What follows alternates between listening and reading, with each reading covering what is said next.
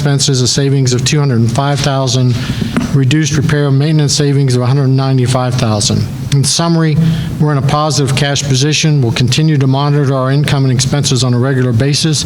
We look forward to the remainder of the year revenue results being closer to budget, which will help us combat the loss of revenue we experienced while we were shut down. Thank you, Bruce. Bob, are you going to introduce Mike? Sure. As I indicated before, Michael Verson is our landscape architect, and he's here to present some options for a new welcome sign for Fairfield Glade.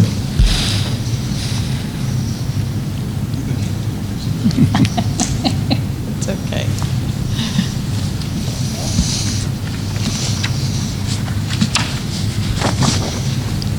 Good morning. My name is Michael Verson. I'm a landscape architect, as Bob mentioned.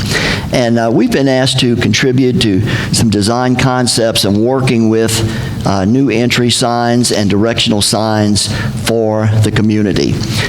We've gone with the committee and some administration, put out some sketches, got some input back, and we have some drawings on it. It's difficult for you out there to see, but we'll leave this out so after the meeting you can come by and take a look, and I believe Bob is going to be posting some of the work on the website so you'll be able to view it at home. Essentially what they're broken down is, again, the welcome sign is the large initial welcome to the community. And it has a larger scale.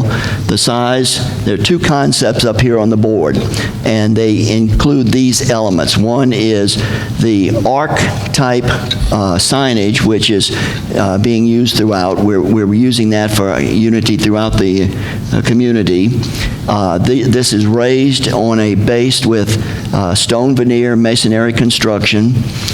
There is the option that we've got of having a water wall on each side of the entry so it can be viewed from both directions. There are two platform levels. One is the actual base of the sign, which is also where the water spills. And the concept we were going with is a pondless water feature, which means there is a open area beneath the sign, which has these eggs-type plastic crates that create a void. It's covered with rocks, so water goes down to, and that's the reservoir that's used to recirculate. So there's no standing water. It's a kind of sign that will look good when it's operating. The water's turned off. It still has a nice effect.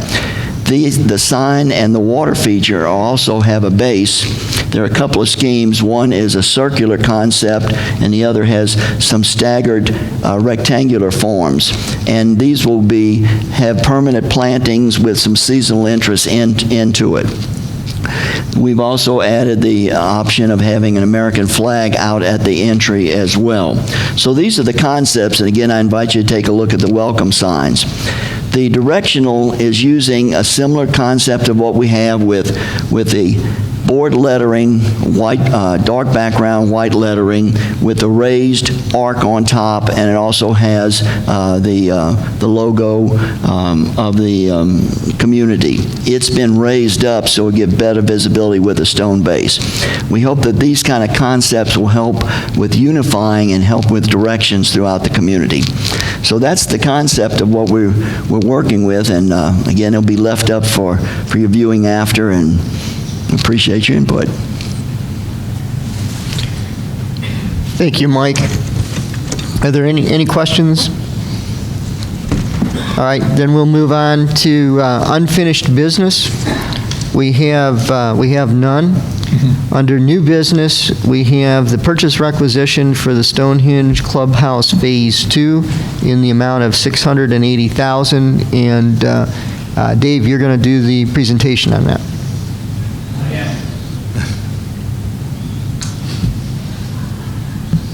So my name is Dave Miser.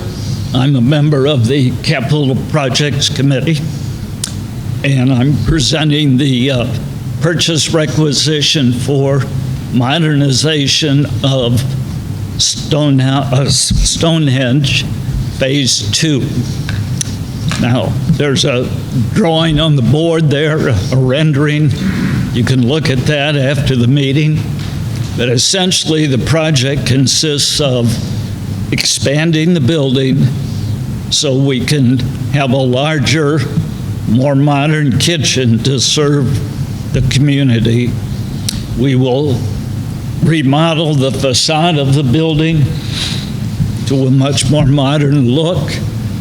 We'll put in a covered drop-off area so you can drop people off without getting wet in the rain. And we'll put a fireplace in the dining room that was remodeled under Phase 1. So that's the rough outline of the scope. When our committee got involved in the project, we went out and solicited 3 bids from architects and engineering firms and selected the low bidder, who is AEI out of Cookville. And during the time that they were preparing the drawings, we pre-qualified contractors to bid on the project.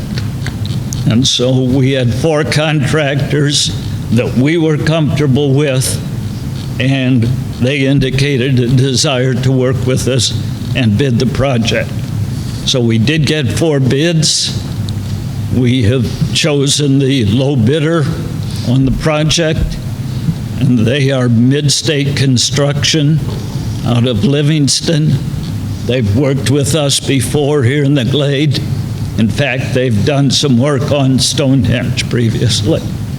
So we feel very comfortable working with them, and we're ready to sign a contract upon approval of the PR. As Ken mentioned, the PR is for $680,000. Most of that obviously is for the construction. Any questions? Okay, thank you, Dave. Welcome. Bruce, did you want to make any additional comments Yeah, about the I'll process? just comment on that project. The Capital Projects Committee, the Food and Beverage Committee, and the staff, F&B staff, all worked together to come up with the design, the necessary elements of expanding the kitchen and the exterior. So again, it was a great joint effort of both the Capital Projects Committee, the F&B Committee, and the staff. So I think the project is going to be extremely successful, and it'll allow us, I think, to provide a much more varied menu at Stonehenge. So I'm looking forward to it. Okay. Then may I have a motion to approve the purchase request for the $680,000 to complete the Stonehenge Clubhouse Phase 2 project? Also move. Is there a second? Second. Is there any discussion? All those in favor say aye. Aye. All those opposed say nay. The purchase request for the $680,000 is approved. I would just like to add a comment and thanks to the Major Capital Projects Committee. This is, again, this committee was formed a little over a year or so ago to really assist staff and to help us put in place a process of looking at these projects, bidding the projects, vetting the contractors, and so they have been doing an outstanding job. And while many of them are engineers, and we won't hold that against them, they have done an excellent job in coordinating and working with the committees that have been involved. And so this is something that we're very pleased with, and we thank the Major Capital Projects for their effort on this project. At this point, we'll do an update on Fairfield Glade Resident Services, and Pat Gruet is here to provide that information. Testing. Can you hear me out there? I'll bet. Good morning, everybody. First, I'd like to welcome our 3 new board members. I don't know what you 3 people were thinking of, but welcome. Greg, Barb, back again, and John Wedgeworth. And as far as our departing board members, Phil Birdsall, Steve Smith, and Diana Chalfant, thanks for all the good hard work you did. While I'm at it, too, I better acknowledge the mayor. He's here. Thanks for showing up again, Mayor. We've seen more of you as the new mayor than any previous mayor in the history of Fairfield Glade. Great.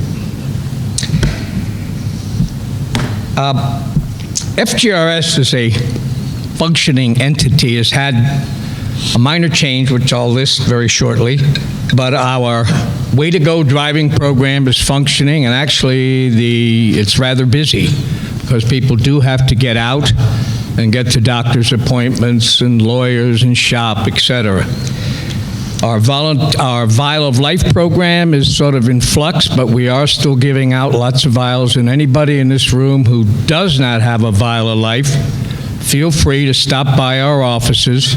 We're open from 9 to 12, 5 days a week, and the kits are free, and you should really have one for your home. It's very important. Caring Connections in our music and memory program, those programs are ongoing, but very carefully. I have to assure you, we've had to limit our personal calls on it due to COVID, but they are functioning. Maintenance and safety, we have done a few installations in homes of safety railings, etc. Again, limited. Now, the one program that is in flux, and unfortunately, we've had to suspend our home-delivered meals. And it's not due to the lack of drivers or organization or anything like that. Quite frankly, it was due to the frozen food choices that we had. We lost an awful lot of our recipients of it, and quite frankly, I can't blame them. We will be starting it up again, and of course, as you know, many of you in the past, we always use Good Samaritans as a source. And unfortunately, with the lockdown and directive from corporate, we're not allowed to use them as a cooking source for us. But as soon as they come back on board, we will, I'm sure, be back with them. But temporarily, HDM is closed down. But we're still we're looking and working on a possible other food source. Closing, geriatrics. For most of you in this room, you know what I'm talking about, is becoming an ongoing issue, not only locally here in our county, state, but in the United States. An interesting figure that I came across through AARP is that by the year 2034, there will be projected 77 million elderly living in the United States, which for the first time in U.S. history will be more than children in the United States. So it's an ongoing issue. It's got to be looked at, worked on, and unfortunately, gerontology is not a lucrative field for doctors, so it's very hard to get them to get into counties such as our own. So it's something that Fairfield Glade, to their credit, has addressed, and we've done it through FGRS, and that is taking care of our residents who have aged. When I moved here, I was able to leap tall buildings in a single bound, play golf 4 times a week. Not anymore. I've moved on into the 80s now, and I'm slowing down, and we all will. So everybody in this room, even if you're moved here and you're in your late 60s, it'll happen to you. In closing, Volunteer Expo will be, I believe, October 15th at the Four Corners. Stop by. FGRS will have a table, and I'm sure our other organizations within the Glade will have tables there, and it'll be good to support them. Stop by and also support your fire department and police department. Use our amenities in our restaurants. Last but not least, stop by our FGRS office. We are open 5 days a week in the strip mall behind Dollar Tree next to Benchmark. And come on in. We'd be glad to give you a kit, Vial of Life kit, or if you'd like to volunteer for one of our programs, we'd really appreciate it. And don't forget your flu shots. Any questions? Thank you. Thank you, Pat. At this time, we will open the floor to any comments from residents that would like to share comments with the board. All right, are there any comments from members of the board? Then may I have a motion to adjourn? Also move. Is there a second to the motion to adjourn? Any discussion? All in favor, say aye. Aye. Opposed, say nay. Motion to adjourn is passed. We stand adjourned, Pat.